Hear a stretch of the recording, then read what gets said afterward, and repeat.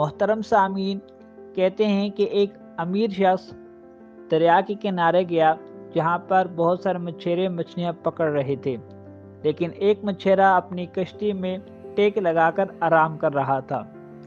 تو یہ امیر شخص اس کے پاس گیا اور اس سے پوچھا کہ جب سب مچھلیاں پکڑ رہے ہیں تو تم کیوں آرام کر رہے ہو؟ تو وہ مچھیرا کہنے لگا کہ میں آج صبح سویرے آیا تھا اور میں نے 1-2 گھنٹے میں ہی کافی مچھلیاں پکڑ لی ہیں، اس لیے میں اب آرام کر رہا ہوں۔ تو یہ امیر شخص کہنے لگا کہ تم تو اور بھی مچھلیاں پکڑ سکتے ہو۔ اس سے اس مچھیرے نے پوچھا کہ اگر میں اور بھی مچھلیاں پکڑ لوں گا تو اس سے کیا ہوگا؟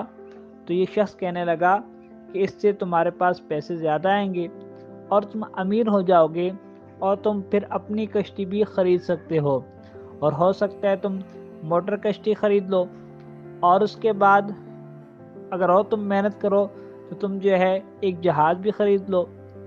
تو تم جتنی محنت کرو گے اتنا زیادہ تمہیں اس کا فائدہ ہوگا۔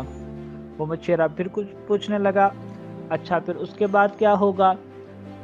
تو یہ امیر شخص کہنے لگا کہ اس کے بعد یہ ہوگا کہ تم بہت امیر ہو جاؤ گے، اور پھر اس کے بعد تم آرام سے بیٹھ کر زندگی کا مزہ لینا۔ تو یہ مچھیرا کہنے لگا، اچھا تو تمہیں کیا لگتا ہے کہ میں اب کیا کر رہا ہوں؟ یعنی کہ مچھیرے نے یہ سمجھایا کہ میں اب بھی تو زندگی کا مزہ لے رہا ہوں، یعنی کہ اتنی ساری محنت کے بعد بھی جو کام مجھے کرنا ہے میں وہ اب بھی کر رہا ہوں، تو اتنی ساری محنت کی ضرورت کیا ہے؟ تو محترم سامعین، اس مختصر سی کہانی کا یہ مطلب نہیں ہے کہ آپ محنت نہ کریں، لیکن اس مختصر سی کہانی کا یہ مطلب ضرور ہے کہ آپ جس حال میں ہیں اس حال میں خوش رہنا سیکھیں۔